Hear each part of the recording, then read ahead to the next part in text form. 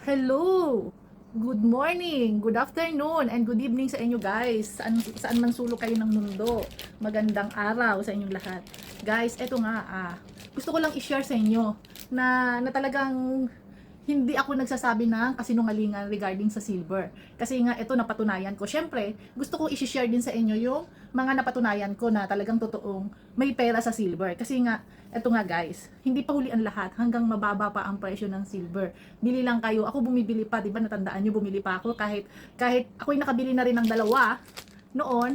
So, bumili pa rin ako nung bumaba siya kasi nga alam kong tataas siya. So, ngayon nahaluat ko, ibabahagi ko lang sa inyo na yung palang unang silver ko na binili is nung eto ito siya ay hindi niyo makita.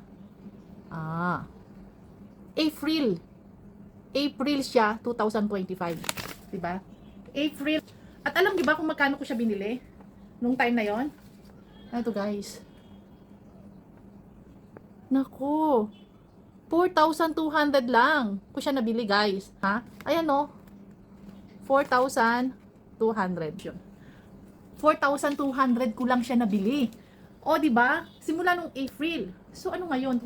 April, May, June, July, August, September, October, November, December, January, February. 10 months lang, guys.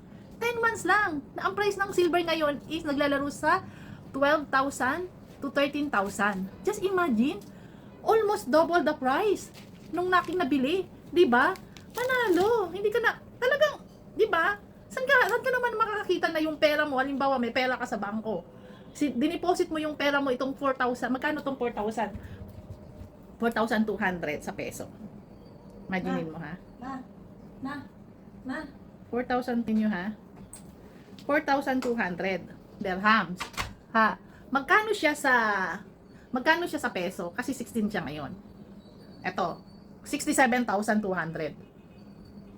Ayan, 67,200. So, imagine niyo, saan ka naman nakakuha sa bangko na in 10 months, kikita itong 67,000 mo na, ilan ba to? 2,000? Times 3 na. O, times 3 na siya. Tutubo na siya ng, ang value na siya ngayon is 201 pesos. Imaginein mo nag-deposit ka lang sa bangko ng 67,000. After 6 months, ang pera mo 201 na. Oh, good figure. Sa 1 silver lang 'yan, sa 1 kilo lang 'yan. O di ba? Sa 1 kilo ko lang 'yan. Ito. Paano dito sa isa pa? Dalawa kasi ito na nabili ko na. Ang presyo niya is 2,200. Imagine niyo, ito yung resibo ng isa. 2,000. Ito guys, yung isang silver ko binili ko rin, 4,200. Ayan. 1 kilo rin siya. 'Di ba? So dalawa siya, imaginein mo, ang laki ng tinubo ko. 2 times. 'Di ba? So magiging times 2 to. Magiging 403 na siya. Pesos, halos kalahating milyon na itong dalawang silver na to.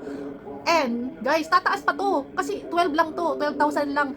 12,000 to 13,000 lang ang presyo ng silver ngayon. So imaginein mo, ang tinubo ko, so i-divide natin to sa 6. So times 2. Ang puhunan ko lang sa dalawa kong silver, sa 2 kilo ko is 135,000 pesos. Tapos in 10 months ko siyang binili. Naging 403 pesos na. Imaginein nyo, suminus siya. Magkano siya? O, diba guys? Ito yung kanyang, ito ang puhunan ko. Yung dalawa kong silver, 134,400.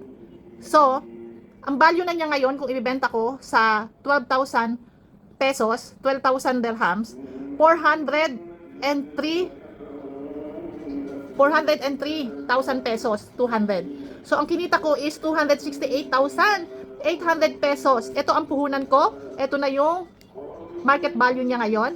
O, di ba? Kung ngayon ko siya ibebenta, pero syempre guys, papataas pa rin tayo. Imaginein mo, in 10 months, April ko binili, 2024, sa dalawa kong silver, tumubo ako ng 268,000 pesos and 800 pesos. O di ba? Saan pa kayo? O, sinong bangko ang magbibigay sa inyo ng ganyan ng profit? Kundi dito lang sa silver. Kaya guys, ngayon bumaba ang silver. Ito yung best time na bumili ka ng silver kasi siguro naman hindi na siya down ng 4,000, di ba? Ngayon sabi down ng silver, pero di ba? Down na yung silver, ang pinakamababa 10,000, yun yung binili ko pa. Hindi pa siya bumababa at feeling ko tataas na siya. So, aabot siya ng 30,000 dirhams. Diyos ko! Imagine mo, from 4,200 dirhams, kung magkakatotoo ang prediction ko na magiging 30,000 dirhams, sobrang taas ng pangarap ko, girl, sa silver. Kasi talaga, I really like precious metal. Kasi naniniwala talaga ako na ang precious metal is like, it's a precious metal. It's called precious metal. It's a precious thing. Hindi siya junk metal. Hindi siya junk metal. Kaya hindi dapat ito pinanghihinayangan. In long term, investment pa rin to. Hindi mo naman siya ibebenta ng palugi, syempre guys, di ba? Kaya hanggang maaga, hanggang bumababa ang silver, mag-abang kayo, bumili kayo ng silver pa konti-konti. O di ba? Ang lola niyo nagsimula sa maliliit, o di ba? So talagang good investment ang silver, guys. Walang bangkong magbibigay sa iyo ng interest in 6 months. Ang puhunan mo lang, ang dineposito mo lang na pera is 134,000 pesos. Tapos kikitain mo, kita mo na 268,000 pesos in 10 months. Ha? Kahit yata mag 5 taon yung pera ko sa bangko. Kaya guys, yung pera ko talaga, hindi ako nag-iipon ng pera sa bangko. Dito na lang. Biguhin na lang natin yung pera natin sa ipa. Hawak mo pa, di ba? O, di ba? Kaya, good investment ang silver, guys. Follow for me. Follow, share.